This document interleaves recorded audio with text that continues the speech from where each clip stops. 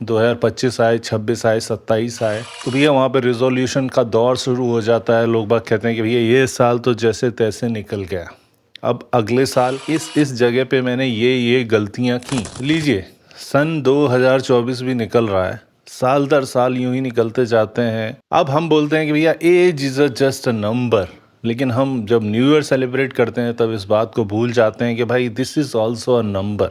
कुछ फ़र्क नहीं पड़ता यार, 2025 आए, 26 आए, 27 आए, अल्टीमेटली ये कि एक सिंबोलिज्म है या एक एक कहें तो बुक मार्कर है कि जो आपने एक मार्क कर दी डेट, तो भैया वहाँ पे रिजोल्यूशन का दौर शुरू हो जाता है। लोग बाग कहते हैं कि भैया ये साल तो जैसे तैसे निकल गया, अब अगले साल कुछ हमें चेंज करना है अपनी लाइफ में, और करना भी चाहिए। प्रत्येक व्यक्ति को इवन डेली कोशिश करनी चाहिए कि वो कल का दिन आज के दिन से कैसे बेहतरी से जी पाए, कैसे अपने अंदर उतना बदलाव ला पाए, चेंजेस ला पाए, जिससे उसके जीवन में कुछ तो प्रगति हो, उसका आंतरिक विकास चलता रहे यूं ही। There is no word called perfection, परिपक्वता कोई चीज़ नहीं होती। आप कंटिन्यूसली इम्प्रूव करते जाते हैं, जीवन की आपाधापी से संघर्ष करते करते आप चीज़ों को सीखते हैं, उसको इम्प्लीमेंट करते हैं, उसके करेक्टिव मेजर्स लेते हैं, अपने जीवन में डालते हैं और बेहतरी से आगे बढ़ने का प्रयास करते हैं। यही जीवन को प्रतिपल प्रतिक्षण बेहतर बनाने की एक सिंपल सी टेक्निक है।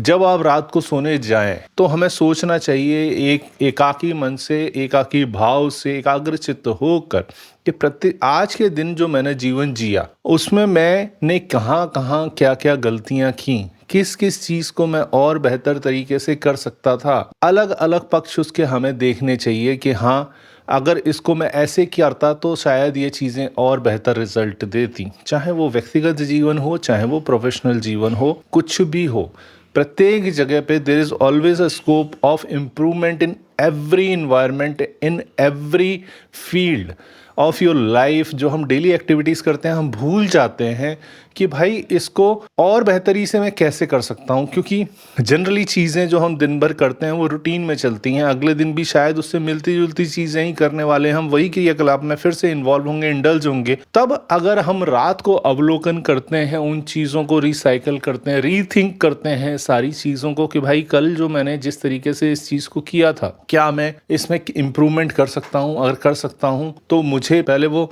थॉट स्तर पे आएगा, फिर वो एग्जीक्यूशन स्तर पे आएगा। तो वो चीज़ें धीरे धीरे जब हम करने लगते हैं तो डेली हम बेटरमेंट की तरफ जाते हैं। उसके साथ साथ हमारा उत्साह भी बना रहता है कि कल मैंने इस चीज़ को ऐसे किया था, आज मैं इसमें कुछ इम्प्रोवाइजेशन करता हूँ इस प्रकार का, और देखता हूँ कि इसका रिजल्ट कैसा आता है।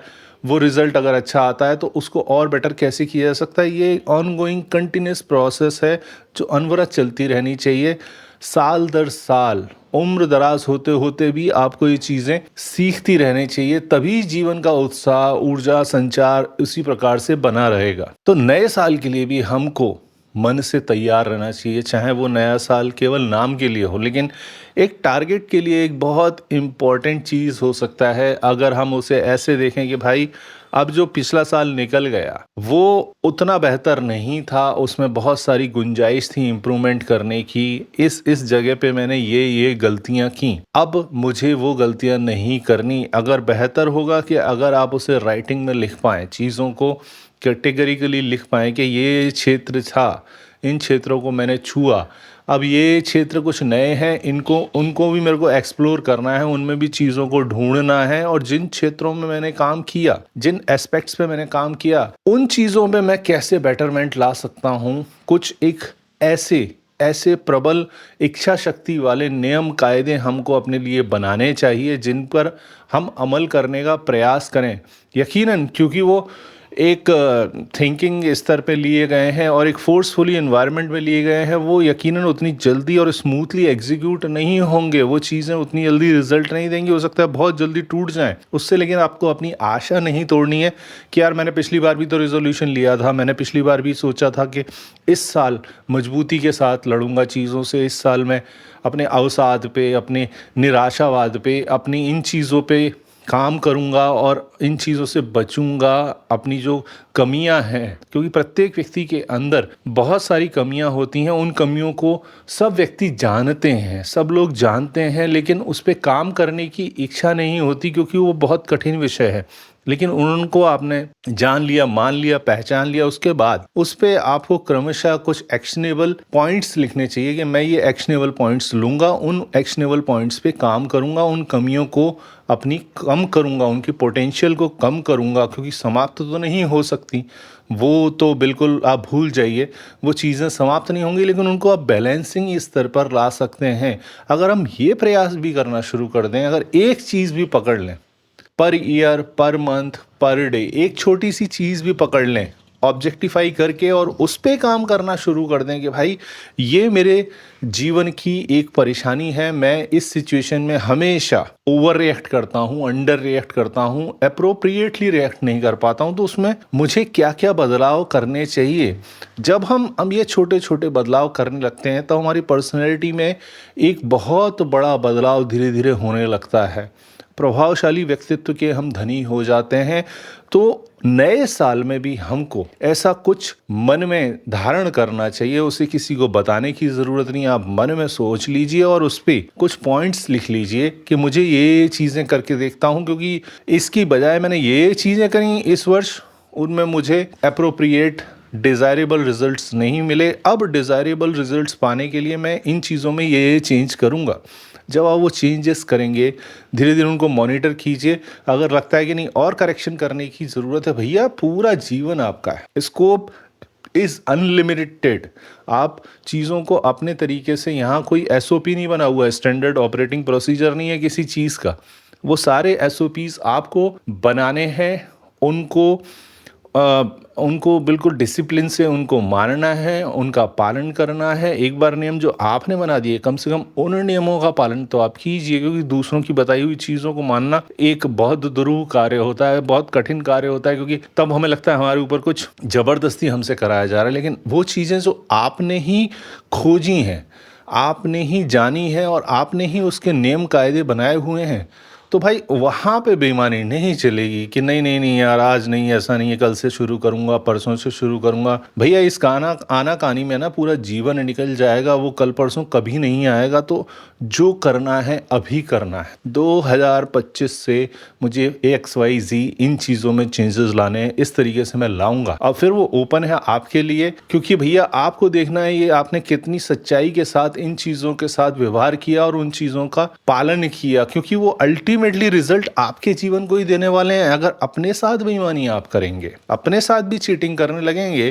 तो भाई बहुत बहुत मुश्किल हो जाएगा यार। फिर जीवन में तो फिर मतलब क्या क्या ही बोला जाए कि आप अपने साथ ही अगर छल करेंगे तो फिर दुनिया तो आपके साथ क्या क्या नहीं करेगी, उसकी कल्पना भी नहीं की जा सकती। हमेशा याद रखिए ये एक अनंत यात्रा है, यात्रा का एक बहुत छोटा सा पार्ट है, लेकिन जो सुधार आप जान लेते हैं, मान लेते हैं और उनको इम्प्लीमेंट करना शुरू कर देते हैं, करने का प्रयास भी करते हैं सच्चे हृदय से, सच्ची इंटेंशन से।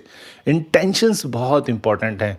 अगर आप सही नीयत से चीज़ों को इम्प्लीमेंट करने की कोशिश करते हैं तो आपको उसके दूरगामी रिजल्ट मिलेंगे, जितनी आपने सोचा भी नहीं है, जिसकी कल्पना भी नहीं कर सकते आप, उतनी दूर तक, उतनी देर तक आपको उसके पॉजिटिव रिजल्ट मिलते रहेंगे, अनवरत मिलते रहेंगे। और रॉयल्टी आप अपने इस जीवन में, अगले जीवन में, आने वाले कई जन्मों में पाते रहेंगे उसकी रॉयल्टी। इतनी महत्वपूर्ण चीज़ है ये। हम जो बेसिक स्ट्रक्चर में अपनी चेंजेस लाते हैं, क्योंकि वो एक तब जैसी चीज़, वो एक ऐसी चीज़ है जो बहुत पहले सन्यासी योगी किया करते थे, अपने शरीर को जलाते थे, अपनी इच्छाओं का दमन करते थे।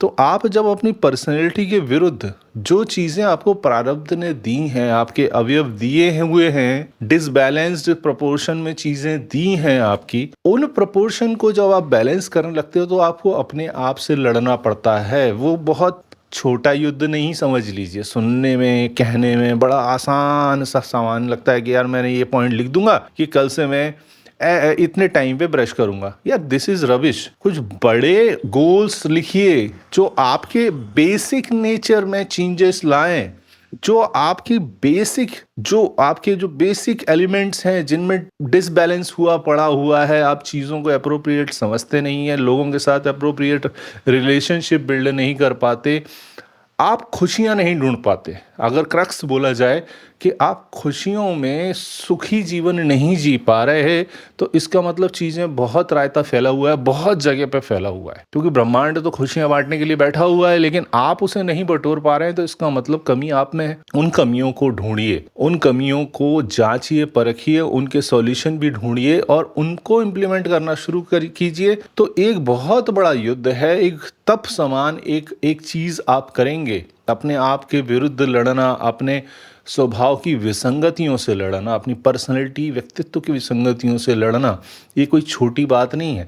इसमें समय लगेगा, लेकिन पेशेंस आपको लूज नहीं करना है और डिसिप्लिन से उन चीज़ों पे काम करते रहना है, निरंतर, लगातार, बारंबार, जब तक कि आपको उसके रिजल्ट्स दिखना शुरू ना हो जाएं। बेहतरीन चीज़ें आपको नहीं उसके दिखाई देने लगे रिजल्टेंट, तब तक उन चीज़ों पे काम करते रहिए। धीरे धीरे होंगी चीज़ें, बहुत ग्रेजुअली मूव करती हैं, तो हम उसकी ग्रोथ को मॉनिटर नहीं कर पाते, लेकिन वो अल्टीमेटली आपको एक फीडबैक देती हैं। एक आपको फीडबैक इस तरीके का मिलेगा कि हाँ नहीं यार, कुछ तो बेटरमेंट होती है। अब ये इस सिचुएशन में मैंने इस बार ऐसे बिहेव किया, जनरली मैं ऐसे नहीं करता हूँ, और देखिए कितना मुझे सुकून सा मिल रहा है, पीस ऑफ माइंड सा मिल रहा है। मेरे सर पे कोई बोझा नहीं है, किसी प्रकार का कोई निराशा भाव नहीं आया, कोई ज्वेलसी जैसा भाव नहीं आया। नाना प्रकार के जो विकार थे वो मेरे को ज़्यादा अटैक नहीं कर रहे हैं। तो ये चीज़ जब आपके मस्तिष्क में आने लगती है, ये फीडबैक, ये गुड फीडबैक आने लगते हैं, तो आपको समझ में आने लगता है कि मैंने जो चेंजेस किए थे, वो इन बदलाव जो किए थे, वो रिजल्ट देना शुरू कर चुके हैं। उसी दिशा में और बेहतरी से आगे बढ़िए और जीवन में चहुँ ओर से विकास करके सुख में जीना सीखिए, आनंद में जीना सीखिए और आनंद के साथ आगे बढ़िए।